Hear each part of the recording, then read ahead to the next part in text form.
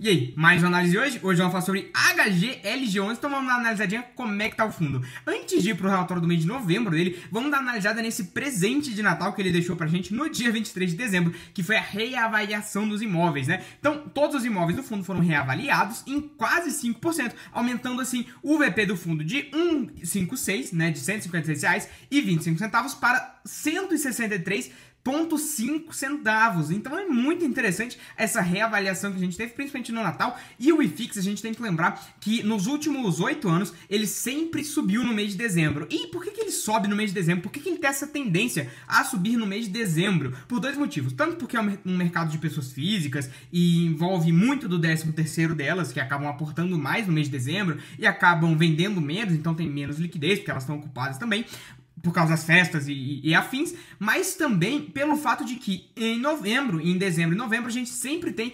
reavaliação dos ativos da maioria dos fundos. Então a gente fala que o VP sempre sobe e as cotas sobem juntos para acompanhar, e o IFIX sobe junto também. Então muito interessante a gente comentar sobre isso. E aí a gente já fala um pouco mais sobre o informe mensal dele, trimensal dele. A gente vai comentar um pouco mais sobre, além dessa questão da cota, da cota patrimonial e do aumento do VP, também da alavancagem dele. Então assim, quando a gente olha a alavancagem dele aqui, diz 12%. Porém, se você pegar a alavancagem real dele, é uma alavancagem que ela chega na casa dos 22, 23%. Porém, essa alavancagem é muito tranquila, não tem motivo para se preocupar, embora o nível da alavancagem seja muito alto, a alavancagem seja altíssima, né? 23, quase 25% do fundo seja de alavancagem, a gente está falando que não tem muitas dores de cabeça em relação a isso, porque a alavancagem líquida dele, ou seja, o valor que ele tem de dívidas versus o valor que ele tem de disponibilidade e caixa é quase nulo, porque a alavancagem dele total é de 1 bilhão e 100 milhões mais ou menos.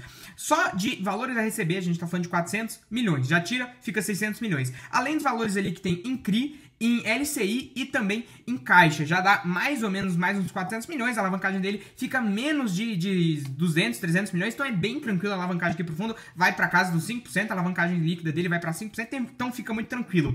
Hoje ele tá com a vacância de 5% mais ou menos, mas é uma coisa que ao longo do tempo acredito eu que vá sendo diminuída, né, ao longo do tempo. E aí comentando sobre a questão da receita dele nesse mês de novembro, dezembro, né, que a distribuição de dezembro é referente ao resultado de novembro, teve um rendimento extraordinário, assim como em vários outros fundos, do SPVJ, no qual o HGRU comprou alguns ativos da SPVJ, e aí deu um resultado a mais para o fundo de 0,14 por cota, então muito interessante. E aí, assim, sobre a questão do dividendo do fundo, a gente pode perceber que o dividend de hoje dele, né, no Status Invest tá errado, é de 8,5. Só que muita gente acaba falando, eu não quero pegar o HGLG porque é um fundo que o dividend yield é muito baixo, eu prefiro pegar fundos que pagam mais, não sei o quê.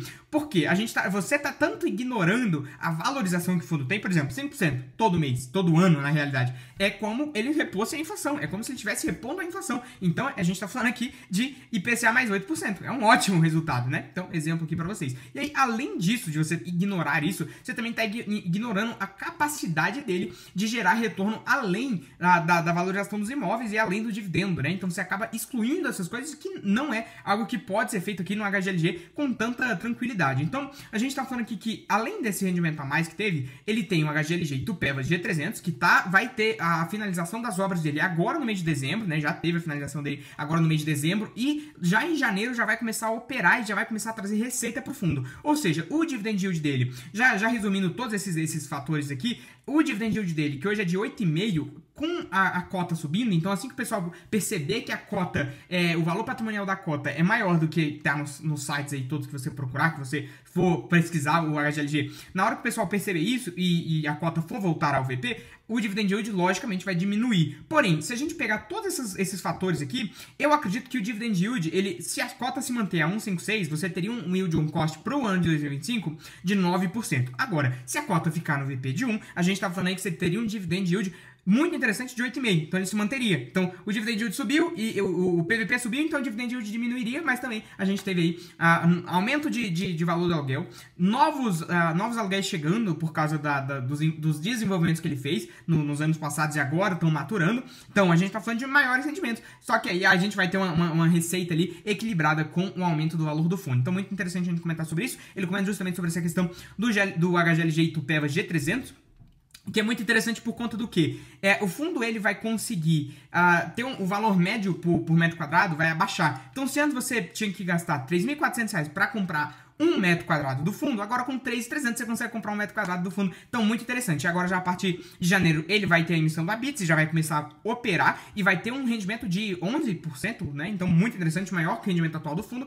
E aí, já para esse imóvel de Itupeva, ele já alocou 8.500 metros para a Viva, né? E aí, agora a gente, assim que tiver a emissão da Bits, já vai estar gerando renda. Então, muito interessante. Também temos a alocação ali de 3.700 metros do HGLG São Carlos da Electrolux, que foi deixado pelo Mercado Livre, entrou a Electrolux. E aí, muito interessante também que teve uma revisional da alocação dos contratos do São Carlos aqui do Electrolux para a Electrolux. E nessa revisional, ele conseguiu um aumento de 50% sobre essa área que a Electrolux tinha, né? Então, muito interessante a gente comentar sobre isso, porque ele conseguiu fazer uma revisional de 50%, que vai ser dividido em 2 anos, mas também ele fez uma outra revisional de 40% lá na DHL, né, na locatária DHL, lá em Goiânia, no HGLG Goiânia. Então, muito interessante também. E aí aconteceu essa revisional tanto por causa de uma escassez de opções no mercado, quanto também por conta que é normal você ter uma revisional. E normalmente elas são divididas aí durante um período, não é de uma vez na cabeça do cara, né, da locatária.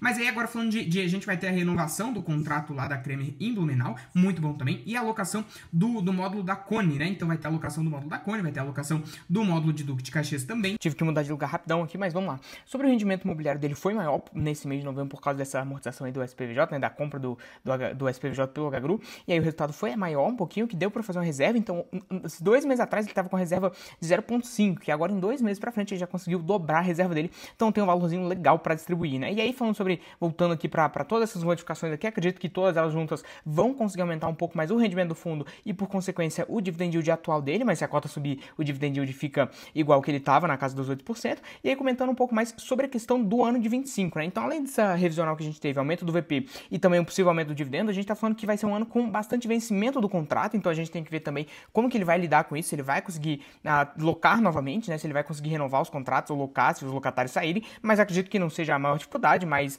até o meio do ano a gente já consegue entender qual que vai ser o desenrolar do resto do ano, né? E quando a gente fala de revisional de contrato também, teve bastante revisional de contrato nesse ano de 24 e agora fechando, vai ter um pouco também 25, mas agora fechando foi um ano bem legal pro fundo em questão de revisional, né? Como a gente já viu aí nos fatos que a gente viu aqui no relatório. E aí ele vai já entrar o mês, os 3 primeiros meses já vai ser uma revisional bem alto, já vai ter um reajuste bem alto de IPCA e GPM de 40% da receita do fundo. Então, nos 3 primeiros meses já vai ter o reajuste ali de 40% da receita do fundo. Então, vamos esperar vai ser muito interessante esperar até o meio do ano, mais ou menos, para ver como é que ele vai se comportar, né? Como é que vai ser o dividendo, enfim. Vamos vendo até o meio do ano para ver como é que vai ficar o fundo ao longo de 2025, né? E aí, comentando um pouco mais sobre a questão do Itupeva G300, né? E do Simões Filho, que são hoje desenvolvimentos. Um tá previsto para janeiro de 25 e outro para outubro, então vai ser interessante também ver esses 2 desenvolvimentos ficando pronto no ano de 25. Mas sobre a HGLG é isso, é um fundo que eu gosto bastante, eu aproveitei a baixa que teve aí, que foi para casa dos 140, que só teve uma vez que aconteceu, que foi na pandemia, então aproveitei, tô tendo um rendimento bem interessante com ele agora. E inclusive, se você viu o RZTR, ou por exemplo, viu meus stories comentando sobre essa alta do HGLG, que eu consegui fazer bastante dinheiro com isso, né? Eu te recomendo também entrar na comunidade Cine, que é justamente esse lugar onde eu falo o que eu tô comprando, o que eu tô vendendo, e também faço análises aprofundadas dos fundos que vocês me pedem aqui, fechou? Então é isso, é nóis, hein?